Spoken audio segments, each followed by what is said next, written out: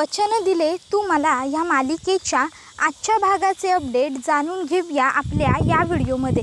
चला तर मग प्रेक्षकांनो सुरुवात करूया।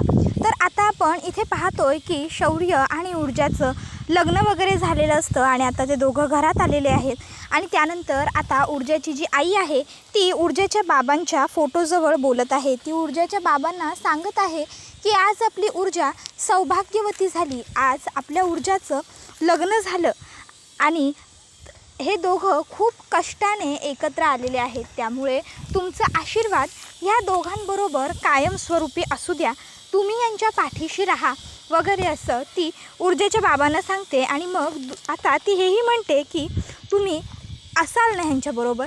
तर दुसऱ्या बाजूला इकडे आता हर्षवर्धन हा विजयाला विचारतो, झोपली नाहीस अजून? त्यावर विजया म्हणत असते, तुम्हीही जागेच आहात की? आपला मुलगा त्या चाळीत जाऊन राहतोय, तिथल्या घाणीत जाऊन राहतोय, हा विचारही मनाला ना होते। ह्या गोष्टीनेच खूप जास्त त्रास होतोय। काहीही करा तुम्ही, काहीही, पण लवकरात लवकर आपल्या शौर्याला घरी परत घेऊन या बास। त्या व्यतिरिक्त मला आणखीन दुसरं काहीही नको। तुम्ही लवकर शौर्याला घरी घेऊन याल ना घेऊन? माझा मुलगा मला तिथे नाही ठेवायचा आहे, माझा मुलगा मला इथे हवा आहे, आपल्या घरी लवकरात लवकर। मग आता हर्षवर्धन हा विजयाला म्हणत असतो, विजया मला माहीत नव्हतं, मला वाटलं नव्हतं की शौर्य एवढा टोकाचा निर्णय घेईल। तर दुसऱ्या बाजूला इकडे आता आदित्य, सोनल आणि तीर्थाने शौर्याला फोन केलेला असतो। शौर्य विचारतो, घरी सगळं ठीक आहे ना? तेव्हा तीर्थाच्या तोंडून पटकन जातं, अरे दादा आईने। त्याबरोबर शौर्य म्हणतो, आईने काय? त्यावर आदित्य आणि सोनल तीर्थाला गप्प बसवतात आणि मग आदित्य म्हणतो, काही नाही रे, सगळं ठीक आहे इकडे। शौर्य म्हणतो, अरे दादा कसं सगळं ठीक असेल तिकडे? मी एवढं सगळ्यांच्या विरोधात जाऊन लग्न केलं आहे म्हटल्यावर घरचं सगळं वातावरण ठीक कसं असेल? त्यावर मग आता लगेचच दादा म्हणतो, अरे शौर्य आता तुला तर माहितीच आहेत ना आपल्या घरचं, मग तू काही काळजी करू नकोस, तसं एवढं फार काही नाही आहे। बरं ऐका ना, तुम्ही दोघीजणी जरा जाताय का इकडनं? मला बोलायचं आहे त्याच्याशी, प्लीज प्लीज। मग तीर्था आणि सोनल दोघीही जातात। त्यानंतर मग आता आदित्य शौर्याला म्हणत असतो, शौर्य अरे काय चाललंय तुझं? तू तिकडे चाळीत राहायला गेलेस? शौर्य अरे काय आहे हे सगळं? तू घरी यायला हवं होतंस ना? शौर्य म्हणत असतो, दादा जोपर्यंत बाबा इकडे ऊर्जाला एक्सेप्ट करणार नाहीत ना तोवर मी नाही येऊ शकणार आहे। अरे बाबांनी यायला हवं होतं ना आपल्या लग्नाला। त्याबरोबर मग आता आदित्य म्हणत असतो, अरे असं काय करतो आहेस तू? अरे मी आणि दिव्या आम्ही लग्न करून आलो, अजून दिव्याला कोणी ह्या घरची सून म्हणून एक्सेप्ट केलेलं नाही आहे। इवन मी तिला बायको म्हणून एक्सेप्ट करू शकलेलो नाही आहे, तर घरचे कसे करतील? मग ऊर्जा, अरे ऊर्जा शिंदे आहे ती, तिला कसं एक्सेप्ट करणार आहेत शौर्य? त्याबरोबर शौर्य म्हणत असतो, दादा करतील, नक्की करतील। मग आदित्य म्हणतो, तू घरी कधी येणार आहेस ते सांग मला। शौर्य म्हणत असतो, दादा ज्या दिवशी आपले डॅड ऊर्जाला सून म्हणून एक्सेप्ट करतील ना त्या दिवशीच मी घरी येणार आहे। त्यावर आदित्य म्हणतो, हे सगळं होईल असं मला नाही वाटत आहे शौर्य। शौर्य म्हणतो, दादा होईल, नक्की होईल, आपले डॅड नक्की ऊर्जाला एक ना एक दिवस आपल्या घरची सून म्हणून स्वीकारतील ह्याची मला खात्री आहे। आपण वेळ देऊयात ना, गोष्टींना वेळ देऊया, गोष्टी आपोआप घडत जातील, बदलत जातील ही मला खात्री आहे। आणि जरी डॅडने ऊर्जाला नाही एक्सेप्ट केलं तर मग मात्र मी त्या घरात कधीच येणार नाही। मी ऊर्जाला सोडून नाही येऊ शकत दादा, आता मी तिच्याबरोबर लग्न केलं आहे आणि मी आता कायम तिच्यासोबत राहणार आहे असं आता शौर्य सांगून टाकतो। हे सगळं बोलणं ऊर्जा ऐकते आणि ऊर्जाला हे ऐकून खूप बरं वाटलेलं असतं। इतक्यात शौर्याची नजर मागे जाते, शौर्याला मागे उभी असलेली ऊर्जा दिसते। शौर्य ऊर्जाला विचारू लागतो, ऊर्जा तू कधी आलीस? तू इथे काय करतेस? त्यावर ऊर्जा म्हणत असते, मी हे काय आत्ताच आले, तू जेव्हा फोनवर बोलत होतास तेव्हाच। त्याबरोबर मग ऊर्जा म्हणत असते, शौर्य पण मी तुला एक खरं बोलू का?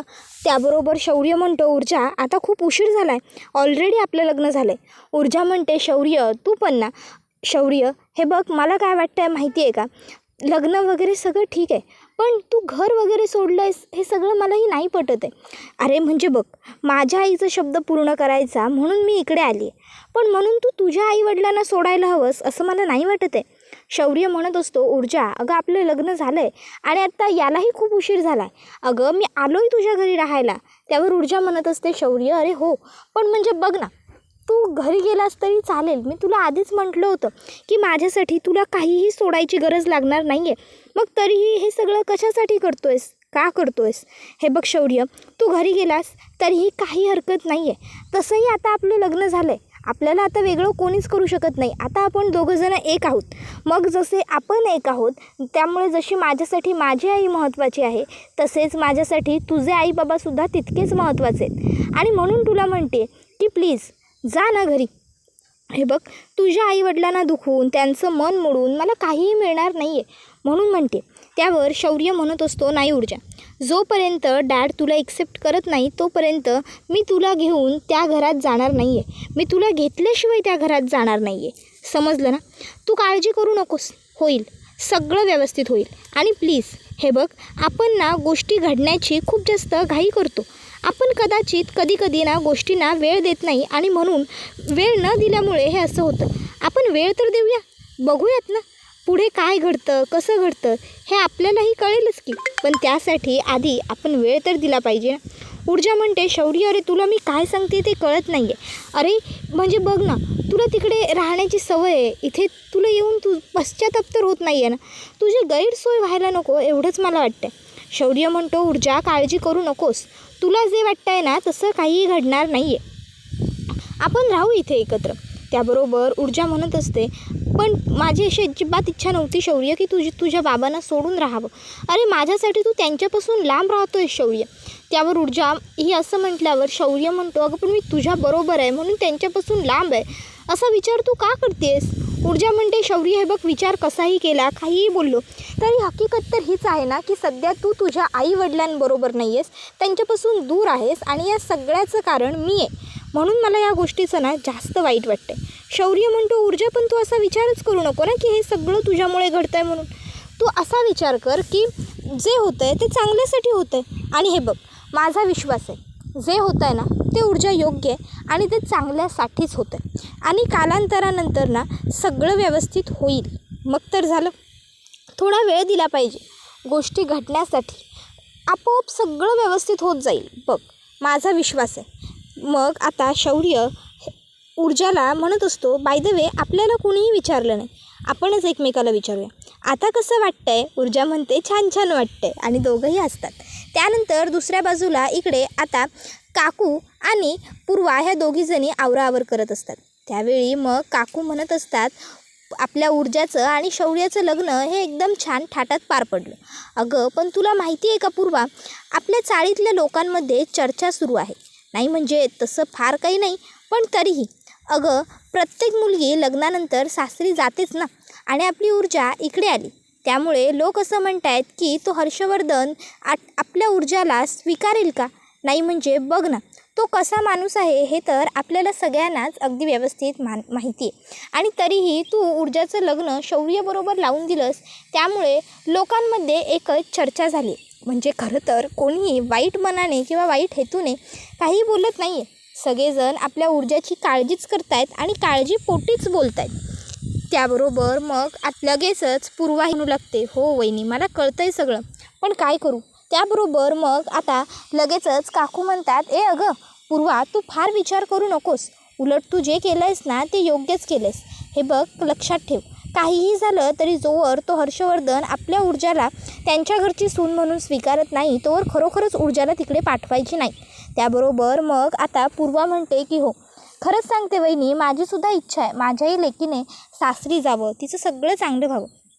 पण म्हणून मी त्या हर्षवर्धनबरोबर रिस्क तर नाही ना घेऊ शकत.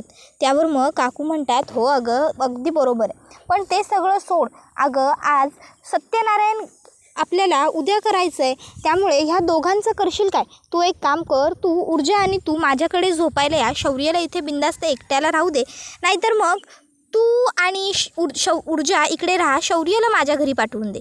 त्यावर मग आता आई म्हणते की काही गरज नाही आहे काकू, इथे होईल मॅनेज, तुम्ही फक्त तुमच्या घरी असलेली एक्स्ट्राची गादी पाठवून द्या. तर दुसऱ्या बाजूला आता ऊर्जा आणि शौर्य हे दोघंजणं बोलत असतात. इतक्यात मग आता आई ऊर्जाला हाक मारते, ऊर्जा बाळा चेंज करून घे. शौर्य, तू सुद्धा कपडे आणलेस का? नाही तर मग त्याबरोबर शौर्य म्हणतो हो आणलेत ना, कपडे आणलेत, माझ्या बहिणींनी बॅग भरूनच दिली आहे, मी करेन चेंज. त्यानंतर काकूंनी आता गादी पाठवून दिलेली असते. आता चहावाला दादा ती गादी घेऊन चाललेला असतो. शौर्य त्याला बघतो आणि विचारतो, काय रे तू एवढं हे जड कुठे काय घेऊन चाललाय? त्याबरोबर तो दादा सांगतो, अहो गादी आहे ही तुमच्यासाठी. त्याबरोबर शौर्य म्हणतो, काय? त्यावर तो म्हणतो, हो अहो पूर्वा काकूंनी एक एक्स्ट्रा गादी मागवली होती ना, म्हणून गादी घेऊन आलो. बरं चला आता गादी घालतो आतमध्ये आणि मी जातो, मला पण लई झोप आली, लई दमछक झाली बघा. आणि मग तो गादी देतो आणि तिकडनं जाऊ लागतो. तर इकडे आता ऊर्जा ही छान आवरून गुलाबी रंगाची साडी नेसून बाहेर येते. आता शौर्य ऊर्जाला त्या अवतारात बघतो आणि बघतच राहतो, कारण खरोखरच ऊर्जा खूप सुंदर गोंडस दिसत असते. म्हणजे ऊर्जाकडे बघावं आणि बघतच राहावं अशी ऊर्जा दिसत असते. आता शौर्य ऊर्जाला हाताने खुणावतो, खरंच खूप सुंदर दिसतेस. ऊर्जा लाजते आणि काहीतरीच असं म्हणते. त्याबरोबर मग शौर्य हा खरं बोलतोय मी असं म्हणतो. तर दुसऱ्या बाजूला हर्षवर्धन हा विचार करत असतो की शौर्याला परत कसं आणायचं. त्याला कुमुदिनीचे शब्द आठवतात की शौर्याने सांगितलंय की आता ऊर्जाबरोबर त्याचं लग्न झालं आहे, त्यामुळे तो आता या घरात येईल तर ऊर्जाला घेऊनच तो एकट्याने ह्या घरामध्ये येणार नाही आहे. इतक्यात आता शिर्केंचा फोन हर्षवर्धनच्या फोनवर येतो. हर्षवर्धन हॅलो बोला शिर्के असं म्हटल्यावर शिर्के म्हणतो की काय बोलू, नाही म्हणजे बोलण्यासारखं काही राहिलं आहे का? तुमचा ओव्हर कॉन्फिडन्सच आपल्याला खूप जास्त महागात पडलेला आहे. काय म्हणाला होतात तुम्ही की माझा मुलगा माझ्या शब्दाबाहेर नाही, माझा मुलगा माझं सगळं ऐकतो. अहो पण इथे तर त्या पोरीने आणि तिच्या त्या आईने सगळा गेमच पलटवला. एक गोष्ट लक्षात ठेवा हर्षवर्धन साहेब, नाही जर माझ्या मुलीचं काही झालं, माझ्या मुलीचं आणि शौर्याचं लग्न नाही होऊ शकलं तर मात्र गाठ माझ्या हातात आहे. कारण आज जेव्हा आम्ही तिकडे गेलो होतो ना, त्याबरोबर पुढे आता हर्षवर्धन म्हणतो, काय तुम्ही तिकडे गेला होतात? त्यावर मग आता लगेच पुढे अर्पिताचे वडील म्हणायला लागतात, हो गेलो होतो, कारण काहीही झालं तरी मला ते लग्न थांबवायचंच होतं. तेव्हा तुमच्या मुलाने आणि मग लग्नात घडलेला प्रकार सगळा काही शिर्के हर्षवर्धनला सांगत म्हणत असतो की तुम्ही त्या मायलेकींना सरळ साध्या समजून, बिचाऱ्या गरीब समजून खूप मोठी चूक केलेली आहे. आता मित्र म्हणून जर सल्ला ऐकला तर बरं होईल. एक काम करा, पहिले तर तुमच्या मुलाला त्या घरातनं बाहेर काढा, नाहीतर तुमच्या केसचंही काही खरं नाही आणि तुमचंही. त्या ऊर्जाच्या आईने तर तुम्हाला इथे मात दिलेलीच आहे, पण जर तुम्ही शौर्याला पहिला तिकडनं बाहेर नाही ना काढला तर मग तुम्हाला आता ती ऊर्जा शिंदेसुद्धा कोर्टात मात देईल. लक्षात ठेवा, काय करायचं आहे ते लवकरात लवकर करा, पण माझ्या मुलीचं लग्न शौर्याशी व्हायलाच हवं. नाही झालं तर मी काय काय करू शकतो ते तुम्हाला माहितीच आहे. त्यानंतर मग इकडे आता अंथरुणं टाकलेली असतात झोपण्यासाठी. इतक्यात आता शौर्य हा ऊर्जाला हाका मारू लागतो, ऊर्जा जरा टॉवेल दे गं. त्याबरोबर मग आता ऊर्जा म्हणते, शौर्य अरे तिथेच ठेवला आहे. पूर्वा म्हणते, जा ना दे त्याला शोधून. ऊर्जा शौर्याला टॉवेल द्यायला येते. आता चुकून तिथे ऊर्जा एक टॉवेल खेचायला जाते आणि भरपूर कपडे पडतात. आता ते दोघं ते कपडे पटपट उचलतात. त्यानंतर ऊर्जा तिकडनं चाललेली असताना शौर्य ऊर्जाला खेचतो आणि स्वतःच्या मिठीत घेतो.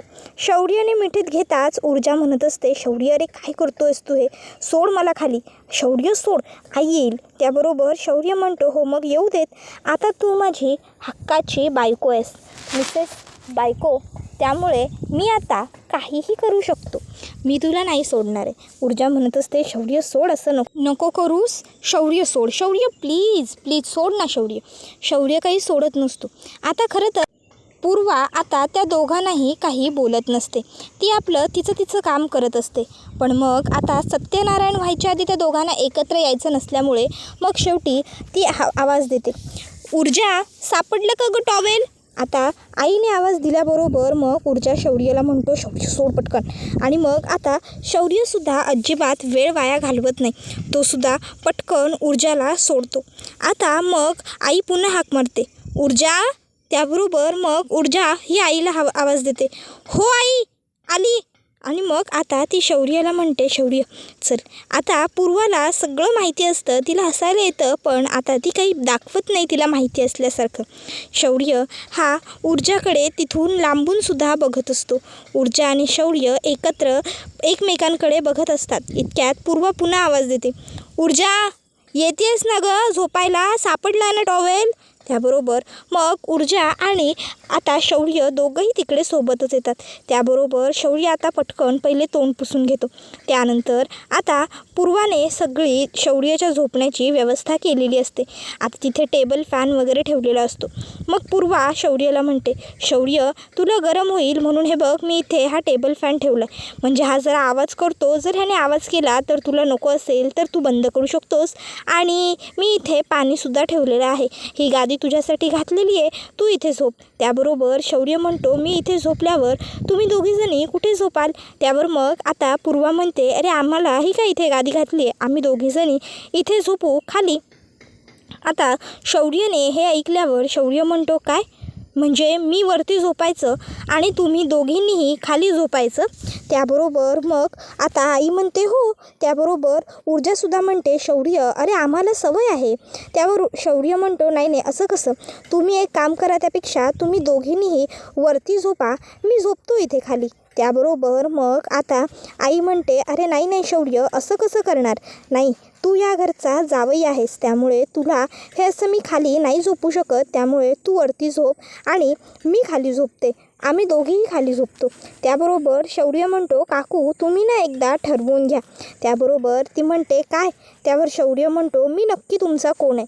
नाही म्हणजे घरात येताना म्हणालात की मी तुमचा मुलगा आहे आणि आत्ता एकदम म्हणताय मी जावई आहे आणि आता तर माझा पाहुणचारही करायला सुरुवात केलात, म्हणजे मी पाहुणा आहे. हे काय चाललं आहे तुमचं. ते काही नाही काकू, तुम्ही वरती झोपा दोघीजणी, मी खाली झोपतो ना, मला चालेल. त्याबरोबर मग काकू म्हणत असतात, अरे शौर्य नाही नको. त्याबरोबर मग आता शौर्यला ते म्हणत असतात, हे बघ मी मोठी आहे तुमच्यापेक्षा, माझं ऐका.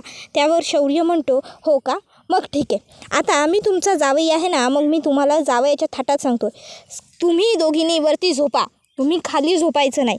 तुम्हाला जिथे हवं आहे तिथे तुम्ही झोपू शकता, पण माझ्या बायकोने खाली झोपलेलं मला चालणार नाही. बस काकू, अहो तुम्ही वरती झोपाव. आणि मग आता शौर्य म्हणत असतो, ऊर्जा अगं सांग यांना, मी एवढाही वाईट नाही आहे. तुमच्याऐवजी जर माझी मॉम असती तरीसुद्धा मी तिला असं खाली झोपू दिलं नसतं, त्यामुळे मला काहीच अडचण होणार नाही आहे, मी झोपू शकतो खाली, तुम्ही दोघी झोपा. त्याबरोबर मग ऊर्जा ही पूर्वाला म्हणते, आई अगं तो एवढं सांगतोय तर आपणच त्याचं ऐकूया, काही हरकत नाही आहे. त्याबरोबर मग शौर्य हा आता ऊर्जाला म्हणतो, गुड नाईट ऊर्जा. आता ऊर्जासुद्धा म्हणते, गुड नाईट शौर्य. आता दोघंही जण एकमेकांना गुड नाईट विश करतात. त्यानंतर आता झोपण्याची वेळ होते. मग पूर्वा ऊर्जाला म्हणते, ऊर्जा त्या दे गं. त्यावर मग ऊर्जा म्हणते, हो. आणि ती आता शौर्याला व्यवस्थित हंतरून पांघरून सगळी देऊ लागते. शौर्य हा ऊर्जाकडे एकटक बघत असतो. खरं तर शौर्याला ऊर्जापासून दूर राहणं सहनच होत नसतं ना. त्यानंतर आता शौर्य विचार करतो, डॅडने फोन का केला असेल, डॅडचं नेमकं काय काम असेल, काहीच कळायला मार्ग नाही आहे. आता इथे झोपलेला असताना अचानक शौर्याला गरम होऊ लागतं. गरमीमुळे त्याला जाग येते आणि तो म्हणतो, खरंच ऊर्जा जे म्हणाली होती ते एकदम बरोबर होतं, खरं होतं. खरोखर इथे केवढं गरम होतं आहे, केवढं उकडतं आहे, पण काही हरकत नाही. ऊर्जासाठी हा एवढा त्रास तर मी नक्कीच सहन करू शकतो, मला काहीही त्रास नाही आहे. आता शेवटी ऊर्जा माझी आणि मी ऊर्जाचं आहे, AC नसली तरी काय फरक पडतो. इतक्यात शौर्यला मच्छर चावतं. शौर्य म्हणतो, अरे आई इथे किती मच्छर आहेत, नाही म्हणजे अगदी लोखंड खाल्ल्यासारखे मच्छर आहेत इथे. त्याबरोबर मग आता शौर्य उठून बसलेला असतो. आता शौर्याच्या आवाजाने ऊर्जासुद्धा जागी झालेली असते. ऊर्जा आता शौर्याकडे बघत असते. तिने शौर्याचं वाक्य ऐकलेलं असतं, हे मच्छर काय लोखंडाचे आहेत का. आणि आता ऊर्जाला शौर्यावर खूप जास्त हसू आलेलं असतं. ऊर्जाला हसताना बघून शौर्यालासुद्धा छान वाटतं. आता पूर्वाला जाग येते खरी, पण पूर्वा काही उठत नाही. पूर्वा पुन्हा झोपून घेते. त्यानंतर मग आता शौर्य आणि ऊर्जा एकमेकांकडे बघतात आणि ऊर्जा पुन्हा झोपून घेते. त्यानंतर मग आता दुसऱ्या दिवशी इकडे सत्यनारायणाच्या पूजेचा घरात घाट घातलेला असतो. सगळीकडे लगबग असते, गडबड असते. इतक्यात तिकडे हर्षवर्धन येतो आणि जोरात ओरडतो, थांबा, त्याबरोबर सगळेच हर्षवर्धनकडे बघतात. हर्षवर्धन म्हणत असतो, मी माझ्या मुलाला घरी परत घेऊन जायला आलो आहे. त्यावर ऊर्जा म्हणत असते, सर असं काय करताय? आता माझं तुमच्या मुलाशी लग्न झालं आहे, मी त्याची बायको आहे. त्याबरोबर मग हर्षवर्धन म्हणतो, पण मी हे लग्न मानतच नाही. शौर्य चल. आणि मग तो आता शौर्याच्या हाताला धरून त्याला घेऊन जाणार असतो. त्यावेळी शौर्य ऊर्जाचा हात पकडतो आणि म्हणतो, सॉरी डॅड, माझं ऊर्जाबरोबर लग्न झालं आहे, मी तिकडे येईन तर ऊर्जाबरोबरच. त्याबरोबर मग मात्र आता शौर्य असं बोलल्यावर हर्षवर्धन गप्पपणे उभा असतो. त्याबरोबर हा व्हिडिओ इथेच संपतो. व्हिडिओ आवडला असेल तर व्हिडिओला लाईक करा, चॅनलवर नवीन असाल तर चॅनलला सबस्क्राईब करा आणि बेल आयकॉन आठवणीने प्रेस करा, जेणेकरून तुम्हाला पुढच्या प्रत्येक व्हिडिओचं नोटिफिकेशन मिळत जाईल आणि सर्व व्हिडिओंचा आनंद हा अगदी उत्तम पद्धतीने घेता येईल. चला तर मग प्रेक्षकांनो, आजच्या पुरतं इथेच थांबूया. पुढचा व्हिडिओ येईपर्यंत टाटा बाय बाय, धन्यवाद. Take care all of you.